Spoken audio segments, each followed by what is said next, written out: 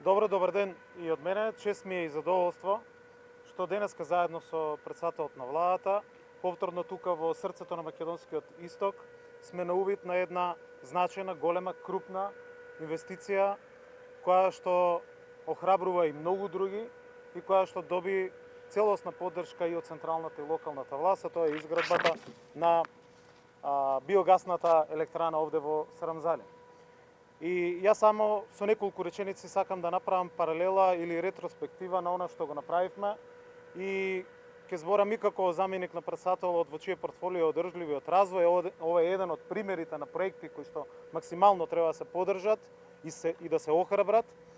како кај овој, кај сите останати инвеститори, да бидат пример за тоа дека навистина на врвот на приоритетите на оваа влада е одржливиот развој, се токму овие проекти, регионалниот рамномерен развој и останатите инвестициски проекти на кои што сме фокусирани. Но пред се ќе зборам и како поранешен министер за земјоделие и како некој кој што доаѓа тука од истокот и навистина ми е секогаш чест и задоволство за секој еден проект и за секоја една убава и добра работа преку која што го заживуваме и ставаме акцент после многу години на истокот од нашата убава Република Северна Македонија. Овде затековме заедно со градоначалниците на Лозово и на Свети Никола многу проблеми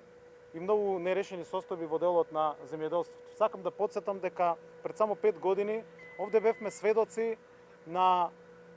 5000 хектари кои што не се обработуваа со години, а тоа беше најплодната почва и најплодното земјоделско земјиште во овој исток и во Овчеполието.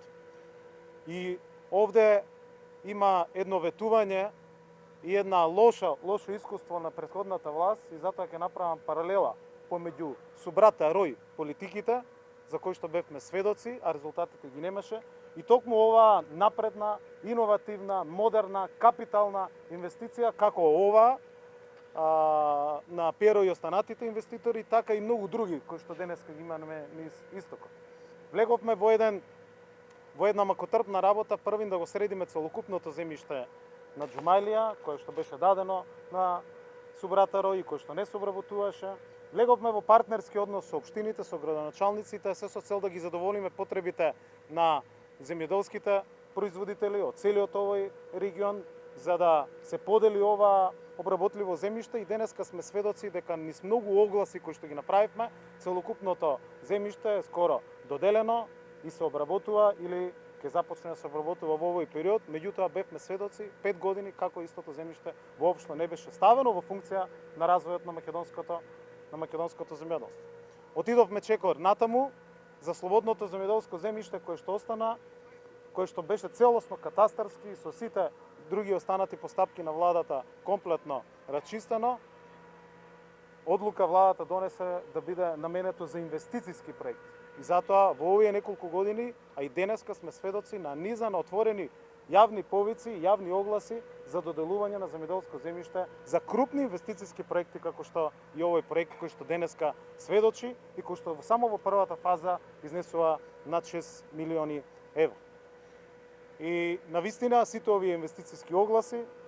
понатака со поддршка и охрабрување на инвеститорите, на локалната самоуправа, честно, чисто, искрено и одговорно и партнерски и со владата и со инвеститорите пристапивме денеска навистина наместо на криминалните субрата рој политики и проекти сме сведоци на многу модерни, нови, иновативни проекти кои што го развиваат и ќе го развиваат македонското земјоделство. И навистина тоа е чест и гордост и на мене, и на председателот на владата, и на сите оние кои што на некој начин дадоа поддршка токму на новие инвестиции. И мене ми е особено чест што денеска сме сведоци преку овој увид на развојот токму на овој инвестициски крупен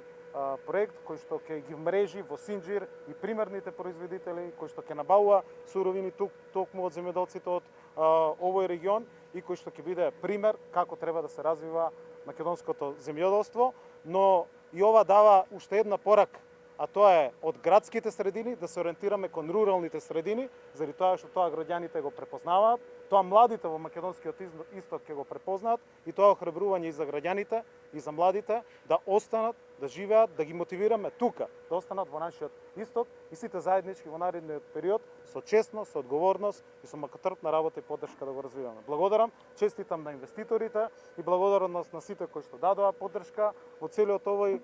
процес и верувам дека многу скоро оваа инвестиција ќе биде целосно заокружена. Благодарам.